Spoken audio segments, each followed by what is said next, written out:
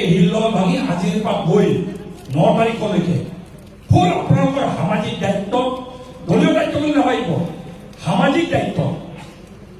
আৰু এইজন মুখ্যমন্ত্ৰীক 26ত ঘূৰাই অনাটো আমাৰ অসমীয়া জাতিৰ অস্তিত্ব ৰক্ষাৰ দায়িত্ব বুলি ভাবিব। আৰু এইজন মুখ্যমন্ত্ৰী থাকিলেহে অসমীয়া জাতিৰ ৰক্ষা হ'ব, অসমীয়া জাতি বাচিব।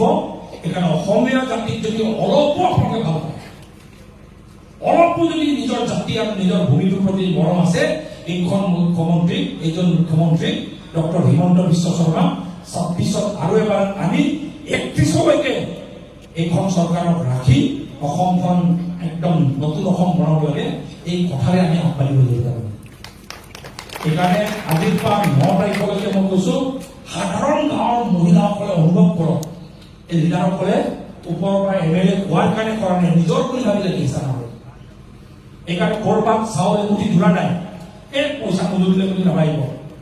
10 টকা, 100 টকা, 50 টকা আপোনালোকৰ ল'ব পাৰি মেম্বাৰ একাউণ্ট।